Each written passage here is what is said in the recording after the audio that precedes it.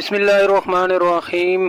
सरकारी मुलाजमीन, pensioner, family pensioner, अस्सलामु अलैकुम। मैं हूं मोहम्मद ताहिर अमीर और आप हमारा चैनल देख रहे हैं सरकारी मुलाजमीन, पेंशनर, फैमिली पेंशनर। पेंशनर के हवाले से करने से पहले आप लोगों से गुजारिश है चैनल को सब्सक्राइब करें ताकि आने वाली हर अपडेट से लम्हा ब लम्हा अपडेट रहें और घंटी को लाजमी प्रेस कीजिएगा ताकि आप अदालती फैसलों और हुकूमत के फ्रेश नोटिफिकेशन से एक अहम अपडेट सामने आई है सरकारी मुलाजमीन के हवाले से। हम आपको बताते चले मज़ीद 25 इदारे या महकमे जो है वो ख़त्म करने का प्लान तैयार कर दिया गया है।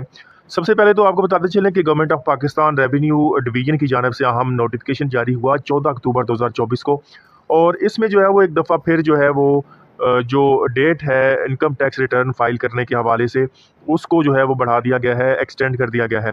आपको बताते चलें कि ये जो डेट है वो थी 14 अक्टूबर 2024 तक जो है वो आपके रिटर्न जो है वो फाइल होने थे, लेकिन अब इसको जो है वो मज़ीद तोसी दे दी गई है। 31 अक्टूबर तक जो है वो अब अपने जो है वो इनकम टैक्स रिटर्न जो है वो जमा कर सकते हैं। आपको बताते चलें ऐसे मुलाजमीन जिनकी तनख्वाहें जो हैं वो 50,000 या उससे ज़ायद हैं, उन्होंने अपने जो इनकम टैक्स रिटर्न्स हैं वो लाजमी तौर पर जो है वो सबमिट करवा देने हैं।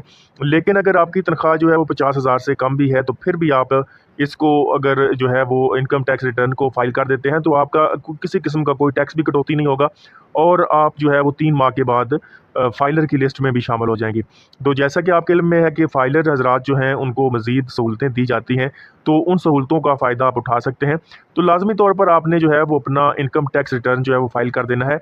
चलते हैं जी मज़ीद अहम अपडेट जो सामने आई हैं। वफाकी हुकूमत की जानिब से 5 साल यानी कि 2024 से लेकर 2029 तक के लिए जो है वो निजकारी का प्लान सामने आ गया है। प्लान के तहत जो है वो 3 मुख्तलिफ मराहिल में 24 अदारों की निजकारी की जाएगी। वफाकी काबीना की मंजूरी के बाद वजारत निजकारी की जानिब से तैयार करदा फहरिस्त के मुताबिक पहले मरहले में 1 साल में 10 अदारों की निजकारी का प्लान जो है वो तरतीब दिया गया है। पहले मरहले में जो है वो कौमी एयरलाइन पीआईए और पीआईए का जो रोजवेल्ट होटल है न्यूयॉर्क में उसकी निजकारी की जाएगी।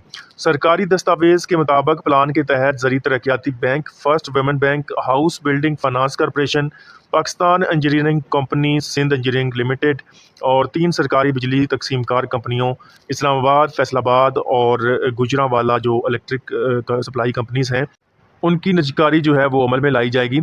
उसके बाद आपको बताते चलें कि दस्तावेज़ के मुताबिक यूटिलिटी स्टोर्स कॉरपोरेशन की निजकारी का अमल जो है वो दूसरे मरहले में मुकम्मल किया जाएगा। दूसरे मरहले में 6 सरकारी बिजली तकसीमकार कंपनियों लाहौर, मुल्तान, हैदराबाद, सक्खर, पेशावर और हज़ारा इलेक्ट्रिक सप्लाई कंपनियों की निजकारी करने का प्लान तरतीब किया गया है। इसके अलावा 4 सरकारी बिजली पैदावार कंपनियों जामशोरो पावर और central power generation, northern power generation और लाखरा पावर जनरेशन कंपनी की निजकारी दूसरे मरहले में की जाएगी।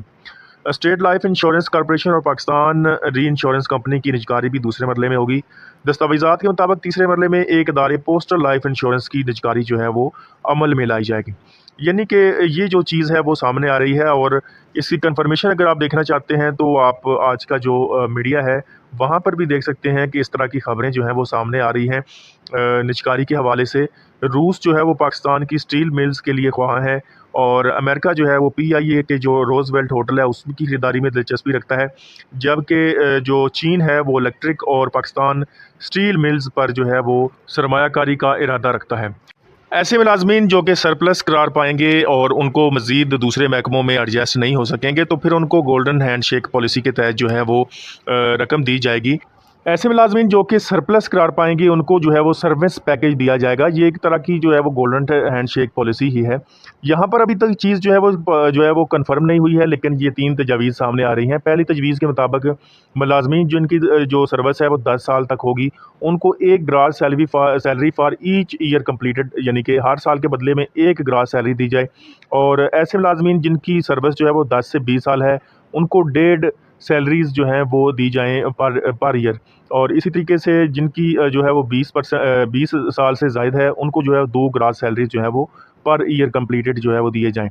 और इसी तरीके से अगर देखा जाए दूसरी तजवीज़ के मुताबिक तो ऐसे मुलाजमीन जिनकी 5 साल से कम है और सर्विस उनको कुछ भी ना दिया जाए, नो बेनिफिट, और 5 से 10 साल के लिए जो है वो ग्रेजुएटी 1 बेसिक पे फॉर ईच कंप्लीटेड ईयर, और मोर देन 10 ईयर्स के लिए जो है वो पेंशन का कोई फार्मूला बना दिया जाए। इसी तरीके से तीसरी तजवीज़ है जिसके मुताबिक जो है वो 10 साल तक जो है वो आपको जो है वो एक चौथाई या आधी ग्रॉस सैलरी के बराबर जो है वो सर्विस पर मंथ के लिहाज से जो है वो सैलरी लगा दी जाए।